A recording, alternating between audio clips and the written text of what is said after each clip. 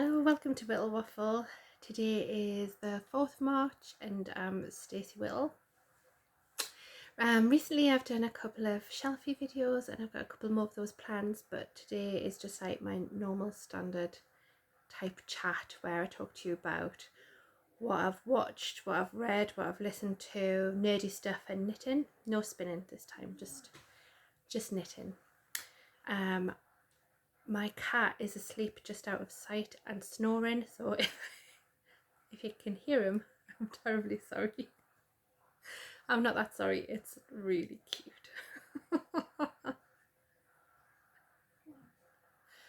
I'm hoping he stays asleep because when he sees I'm sitting here, he will cause trouble. So fingers crossed he stays snoring. So yeah, what do I usually do? Like, let's talk about what I've been watching, and I've got a little list. It's not huge. I think I mentioned last time I talked to you that I was watching Doom Patrol. I've watched the 3 series of that. I've still got the last one to go and I absolutely love it. I love Doom Patrol. That cast is exceptional. I hadn't realised there was a series before it, which is Titans, although it doesn't, from what I've read, the characters are the same, and some of the characters are the same and played by the same actors, but they're different. So I'm a little bit confused about that, but I think we'll go back and watch that at some point. But I want to finish watching this first, and yeah, I'm quite in love with these characters, and I think I'm going to miss them a bit when they're gone. I really like the humour in Doom Patrol. It's a very sweary humour, which is just my cup of tea. I'm a very sweary person. I think I get away with it because I've got a comedy accent. If you've got a comedy accent, you can swear with absolute impunity. That's what I truly believe. And if you don't agree, well, fuck you. I am going to keep trying to look at the camera and not at my face, slightly different places. But when your face is moving, your kind of eyes automatically try to go there. So I do apologise if I'm not looking at you and I look like I'm looking off in the distance. But I'm not, I'm looking at me. That makes sense. I'm waffling. But that is the title of the fucking thing, isn't it? So yeah, Doom Patrol. The other thing I watched, and you might find this shocking that I haven't watched it, but I watched The Thing, the Kurt Russell one, the John Carpenter one. And I'd never seen it before because I don't know if you know about it. I don't know if I've ever mentioned before that I'm an absolute wuss. All the horror stuff you can see here, that's not mine. I have very low tolerance for scary stuff. I don't enjoy being scared. I know that that is supposed to be a thing, that people who love horror, they like being scared. I don't at all. I don't enjoy it. I don't get like an adrenaline rush. I don't laugh when I'm scared. I just don't like it. But I did want to watch The Thing because I am finding that older stuff, I am enjoying the storytelling, and it doesn't feel as like what I think of as horror. So I've watched The American Werewolf in London and I absolutely loved that. So my husband thought if I liked that, then I might enjoy The Thing, which I absolutely did. I loved it. I think it's not, there's some like scary points in it and there's some gory points in it, but really it's about the paranoia of those people living together, not knowing who they can trust, and I think that is what the story is, or the storytelling is trying to be, and that tension build up I find very interesting and somewhat scary as well, but not like more like ooh, you know, the different levels of horror. And Kurt Russell is just a joy to watch always. And still, oh, the fucking cats woke up. Anyway, I really enjoyed that. Now the reason I watched The Thing was because I watched True Detective Night Country. There's a theme. There's a theme to the there's a theme. There's a reason. So I watched all of True Detective Night Country, which is the latest series of that, and it stars Jodie Foster is the big star. And I have read a lot of backlash about it online, but what I can tell you is that I absolutely loved that. I loved it. I'm going to cough. Told you. I absolutely loved the storytelling. I loved the different paths that it took. I loved where it ended up. I don't think it was perfect. There was a couple of things that I thought, well, I don't understand the point of that, and that's a bit... But like nothing or very few things are perfect, and I think it was quite close to it. I truly think that it's a different experience watching it as a woman than as a man, or however you know that's the thing about women. It's about how women are perceived. It's about how women are perceived by men. It's about like things like the indigenous women of America and Canada, and more than likely other places, being seen as lesser, about them still going missing all of the time and nothing being done about it. Somebody said they thought it was like a... spoilers, skip ahead if you don't want any spoilers, like a revenge fantasy, and they didn't approve of that. And I just thought, I don't think it is that. It's about justice. And even Jodie Foster, how we see her, is about how her position is about how the other men like view her. Like one man's put her there to get rid of her because she's a nuisance, and another man resents her for being there. And it's not that she can't do her job, she can do all of their jobs standing on her head, but how she's perceived is our limitations. And I just think it's so interesting as a commentary about women with authority, or how women are perceived and how we're treated. And I thought it was absolutely wonderful. I thought it was wonderful. Yeah. I'm not sure I'd be in a hurry to watch it again, because it's not the easiest. Parts of it are not easy to watch, but I thought the storytelling unfolded beautifully, the pacing was beautiful, the cast was exceptional, and I don't have any of the negative points that a lot of other people had at all, and I just loved it. But I do think that depending on your gender or your perceived gender, that you'll have a different experience watching it. I do believe that, so take that for what it is, or the pinch of salt, and make your own judgment. And if you do watch it, let us know what you thought and what your opinions about it was, because I'd find that interesting.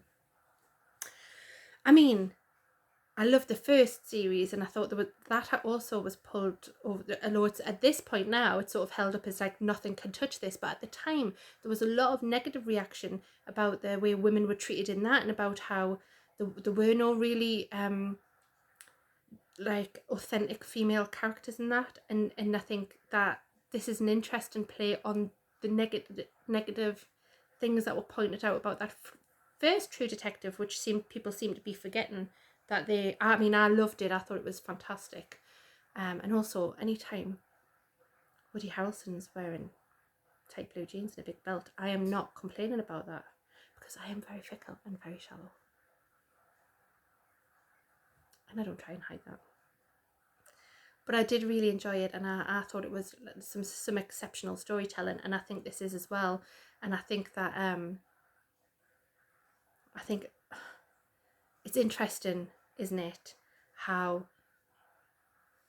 things that we think of are problems, they kind of disappear over time, and they get forgotten about a little bit. And I wonder what the actual reaction to this will be a little bit further down the road. But I personally loved it, and I highly recommend it, and let us know what you think if you watched it. The last thing I watched that I want to talk about is we started to watch Yellowjackets. Now, I hadn't really heard of this before, so I'm going to give you like a little synopsis without not trying to be spoiler free. The story is set in, it's reminiscent of Lost in a way, in that Lost involved a plane crash, which then had that point of view and flashbacks to the past and how they got there.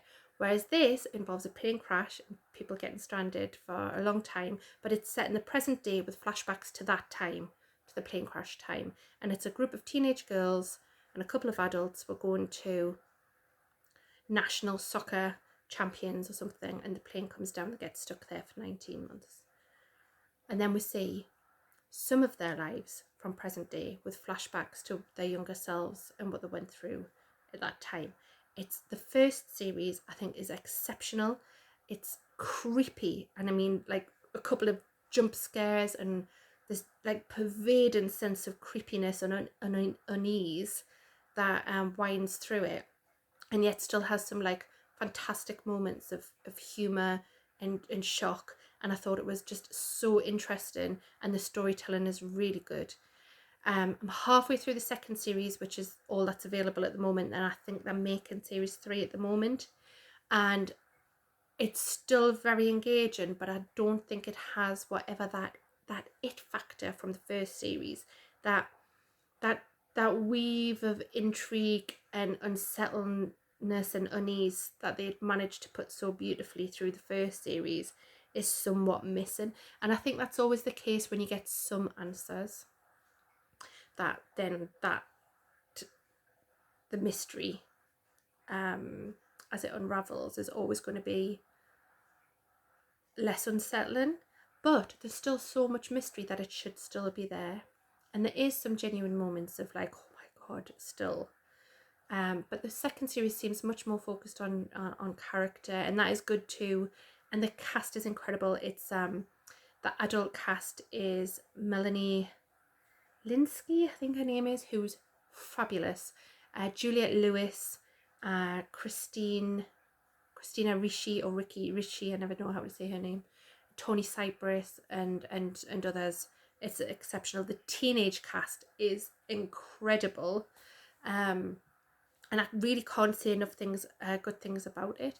I don't know how I hadn't heard of it. It's just my cup of tea. I've just been telling my sister that she has to watch it as well, so I can talk to her about it. The other thing is, because the teenage bit is set in the mid-90s, the soundtrack is very good as well. And interestingly, I've really wanted to listen to 90s stuff since starting to watch it, but when I was living during those times, I was just an absolute rock chick and liked, I just loved Guns N' Roses and Faith No More and all of that stuff. And this is more like kind of the dance stuff, and I want to listen to that, and it feels really nostalgic. So I did set myself up a playlist on YouTube, and I'll share it in the box if I remember, the description box, if I remember. And I've really enjoyed listening to that music again. Also, it helps you walk faster when you've got a hill to go up. I'm really loving Yellowjackets. I can't say like definitively like whoa, because we're only halfway through season 2, but I'd be really interested to hear if any of you have been watching it, what you thought. And yeah, I'm really enjoying it. Really enjoying it. So yeah, that's the stuff that I've watched. There's probably more stuff, but I can't remember. I have had a little trip away since the last time I was here, so I haven't watched quite as much as I usually would, because I don't go out much. I'm an indoor person. But I went on a trip to Berlin last week, which was fantastic. I loved it. So what have I been reading? I have been listening to a book that is, when you have an Audible subscription, they give you some free stuff to listen to, like in their Plus catalogue. And one of the things it recommended for me was Murder at Mallowan Hall by Colleen Cambridge and narrated by Rachel Atkins. I actually thought Rachel Atkins was Zoe Wanamaker. She's got such a similar sound to her voice. I was quite shocked that it wasn't Zoe Wanamaker when I looked it up. And it's a fun story. I haven't finished it, but it's it's kind of, it's a murder that's happened in Agatha Christie's home, where a body's left in a library, which Agatha Christie's like, oh my god, are you serious? It's like, yeah. So Agatha Christie's a character in it, and the story sort of focuses on a housekeeper whose name has escaped. Is Phillida, maybe Phillida. Yeah, and it's a bit of, it's all right. It's not brilliant. It's not like I can't wait to listen to the next one, but it is very good for 20 minutes before going to sleep. So I'm enjoying that. I am also started listening to All the Devils Are Here by Louise Penny, which is the next one in the Inspector Gamache series. Weirdly, I don't know if I mentioned this last time. I'd finished the last one and I tried to get this one, book 16, I think it is, 17, 16, I think. It just wasn't available. Like Audible were like, oh, the next book in the series is this one, and it was like, no, that's not right. So I like searched for it. I went on Google books and searched for it, and there I couldn't get it anywhere, and I was like, what the hell, has there been an issue with it? I don't know, nothing like written down anywhere, nothing. I couldn't find any information. Then all of a sudden it just appeared. I don't know. Anyway, I'm not very far into that, but I am enjoying it, and I love the narrator on that. He's called Adam Sim or Adam Sims, I'm not quite sure. When I listened to the first book I wasn't sure, but like as the series has gone on, and like 16 books in, like he really inhabits those voices and those characters now, and like if I read it I can hear his version of those characters' voices now, which is, that's weird when you think about it. Although visually Armand Gamache is Alfred Molina to me, because he played him on the Three Pines television series, which is where I found out about these books. So visually I see Alfred Molina, but audibly I hear Adam Sims. Different media is weird, isn't it? So is that everything? Oh no, book-wise, there's another thing I want to mention that I haven't started reading it yet. No, I have started reading, but I'm not very far into it yet. Oh my god, this was so exciting. I mean, so exciting. So one of my favourite book series in the world is the Felix Castor series of books by Mike Carey. And he's sort of like, Felix Castor is sort of like a John Constantine type character. He's an exorcist. He wears a big long jacket. I think he's Scouse. Mike Carey used to write John Constantine, didn't he? So like, there's definite, he's not, but there's similarities. Anyway, I love those books. I love the characters. I love the supporting cast. I love the setting, which is London. It's brilliant. But there hasn't been a new book forever. Like I can't even remember the last time. And I know Mike Carey's had lots of success with these other series, and The Girl with All the Gifts and all of those. And yeah, like I understand, but like, other people can be on eggshells waiting for the next Game of Thrones, but me, I want Felix Castor. Anyway, one of my friends, Jay Eels, had posted on Facebook that he had a copy of The Ghost in Bone by Mike Carey, a new Felix Castor novella, and I was like, what the actual shit? Why didn't I know about this? Why did I not know about this? Anyway, to get a hard copy was an absolute fortune. It was between what was it? It was £30 and £40 for a novella. And as much as I absolutely like worship these books and I need to have it, that is too much for me. I can't afford it. Like I really just, there's got to be some boundaries, and that is just not something that I'm prepared to do. However, I went onto the Subterranean Press website. Oh, by the way, you can't get a Kindle version of it through Amazon. No, you can in America. I hate that. You can in America, but you can't here. And I even tried to like pretend I was in America, and I couldn't get, no, didn't. It was just like, no, you're a lying liar who lies, aren't you? And I was like, yes, I am. But I went to the website, the Subterranean Press website, and I managed to publish an ebook for $4.99. So I've only just started it. It's, you know when you've waited so long for something and then you're like, I'm frightened that I'll just go and it'll be gone. And I don't want that. So I'm reading like a paragraph and putting it down.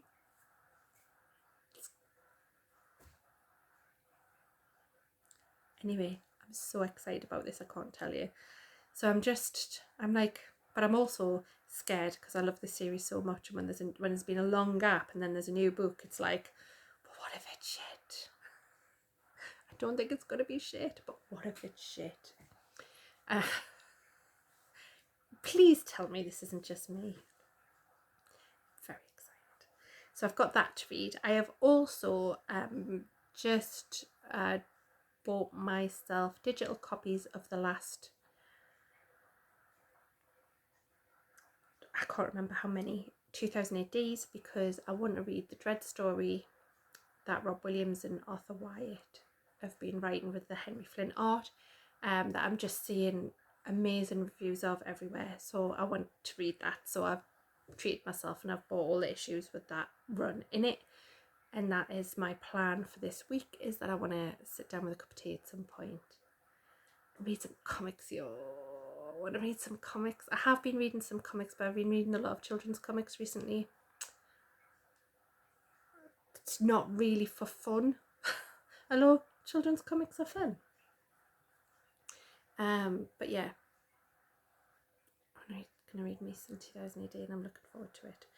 So that is on the horizon. 2008, Felix Castor. That is my next week, and I'm really looking forward to it. And I think that's pretty much everything that I've read / listened to, except for, and this is going to come under other nerdy shit. My husband said to me the other day, I was watching a YouTube channel called The Charismatic Voice, and it's this amazing woman who's an opera singer and vocal coach who has like a stream of qualifications in how your throat works and vocal cords and like all sorts of stuff. And she looks at mostly live performances of quite famous, often rock bands, because that's outside of her comfort zone, I feel. And it talks through what's happening with the voices, like how it all goes together, why these things work, and like technical terms for it and stuff. And I fell down a bit of a rabbit hole watching that, and I absolutely love it. But I do kind of pick and choose songs that I'm interested in listening to her talk about. And there's a lovely one where she looks at the darkness, I believe in a thing called love. And then Justin Hawkins does a reaction video to her watching that.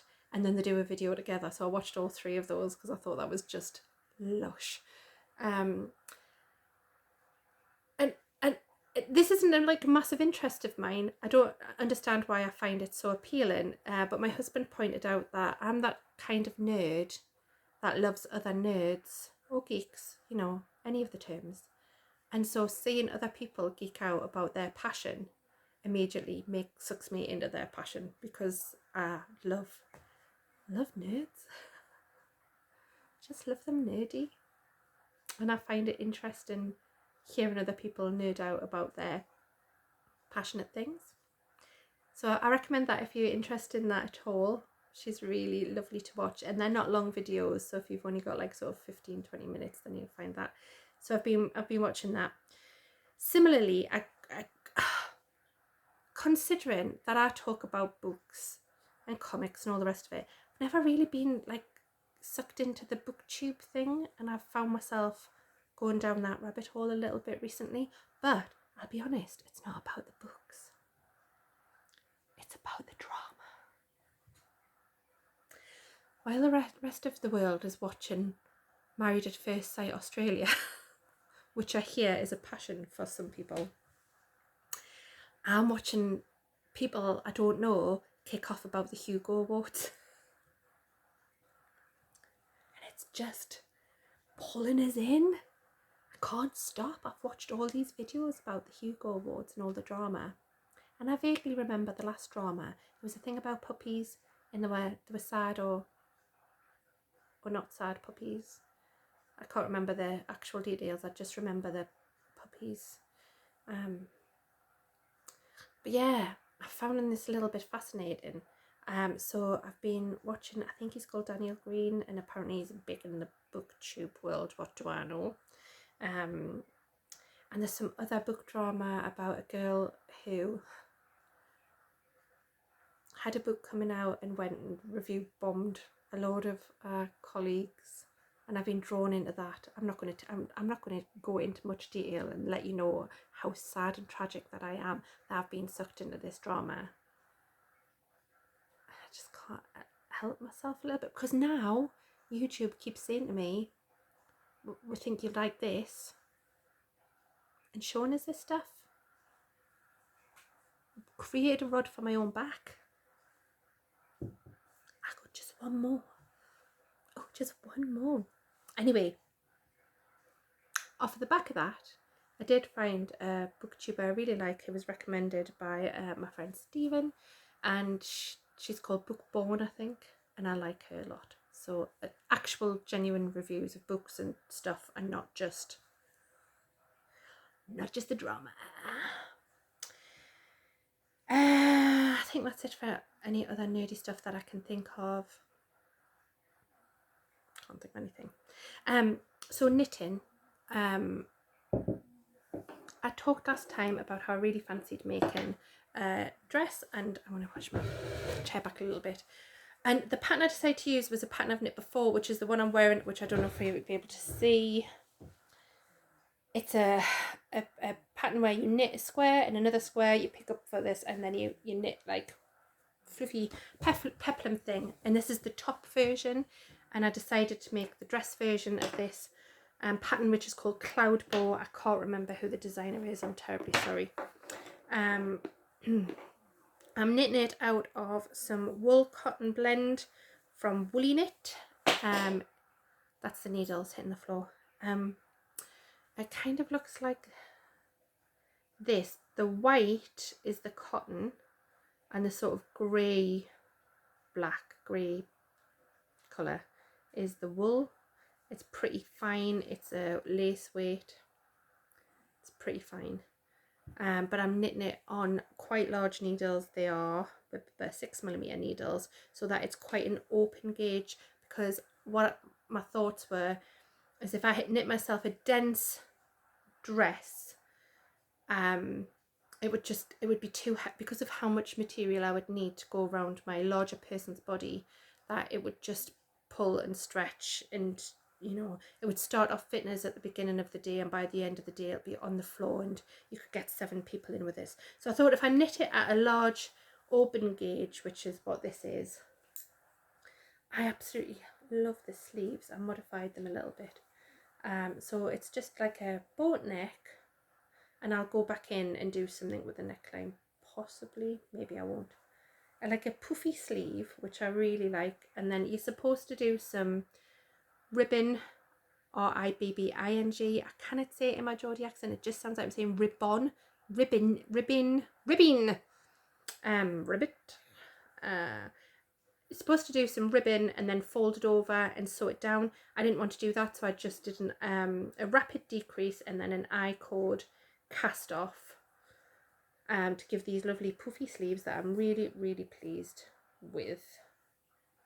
And now I'm just knitting, and will be knitting forever, because this is the under bust point, like an empire line, so just right under the bust, and then it's going to knit down 4, 5. How tall am I? I'm 5'6". This is about 20 centimeters. I'm going to be knitting it for a long time. However, it is just knitting. It's just knit in the round forever. And then I'm going to do double the stitches after I get past my knee to have a frill at the bottom, a peplumy type frill at the bottom, which I think will be pretty. I'm quite pleased with how far that's come since the last time. It's going to be quite oversized, I hope. And maybe and also I'm not in a rush for this. This is just, and I'm not put off by how long it's going to take. I wanted a big project. I wanted the dress. I'm quite happy to knit on it forever and ever whenever I've got a chance. It's a nice project. The other thing I fancied doing is I'd gone through my yarn stash. I have a big cupboard upstairs with all my yarn in it, and I've got a lot of leftover sock weight wool, and in the past I've knit 2 of these blankets. They're all leftover sock yarn, and you knit squares. So you start out knitting, there isn't a pattern for this, so I'm not like giving away anything. I knit a square, and then I pick up stitches at the top of this square and knit for however many rows I want to, and then cast them off, and then pick up these ones and knit for the same amount of rows, cast it off, pick them up down here, and then along there, you know, you just keep going. And then it doesn't matter if you run out of any of the colours, you can just change the colours. It doesn't really matter if the colours go together, because at the end not on this one, I don't think. On the other one, I've made 2 of these. On the other one, I did knit the grey around every single square and then sewed them together so they kind of had a border that matched. But actually, this one, I ran out of the grey and just did the blue in the middle, I think. And it doesn't seem to make any difference. I have one on each side of my sofa, and they're very well used in the winter. They're very warm and they're very cozy, and I think they're beautiful. And I kind of like that I can see in them. Like, this was a pair of socks I made Toller when he was little, and this is ones I made my mum. This was ones I made my sister-in-law, and I can see the other project in the finished one. These are ones I made for myself. These were ones I made for my ex, and I like remembering all of the other projects. This one here was a hoodie that I made for Tala that had like a kangaroo pocket that they absolutely loved. And I like, oh, these are socks that I made for myself, and because the socks, I've worn them so much, they're not these colours anymore. But I like seeing them there. So I cast on another one of those, and I've currently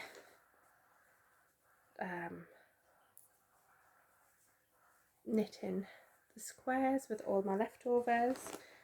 I've got one square that I think might be the size I want it to be without a border. So this is a long-term project that I'm in no hurry to finish again, but it's a really nice project because although you're just knitting, which is comforting and easy, the way that you have to cast off and pick up stitches is enough to keep it quite interesting, so I don't get bored knitting it. It would look like it would be boring, but I also quite like going through excuse me, my bag of leftover balls of wool and choosing the next colour. It's quite fun. It's a nice little project. Excuse me. And I'm enjoying it. So that's what I'm knitting at the minute. I do have some plans to do some spinning when I get 5 minutes, but I've got a lot on and a lot of deadlines and all sorts of stuff at the minute, so finding time to get the spinning wheels out and stuff is quite difficult. But that's what I'm up to at the minute. I was hoping this one was going to be a bit shorter because I haven't got that much room left on my phone, so this is quite good. Yeah, I'm going to do a couple more shelfies if I get the chance to like sort of fill in between the times I get to do these longer ones, unless people stop watching them, in which case I'll stop doing them. But I'm going to do my comic shelves next, and I'm quite looking forward to going over them. I might actually fucking clean them first. That would be exciting. And that's it. I shall see you next time. If you've got to the end, thank you very much for watching. Please do those YouTube things, you know, the like. Please like it. That would be great. Unless you don't like it, in which case don't do that. That would be wrong and you would feel bad. But if you do like it, please hit the like button. Subscribe if you want to, and I'll speak to you again soon. Take care.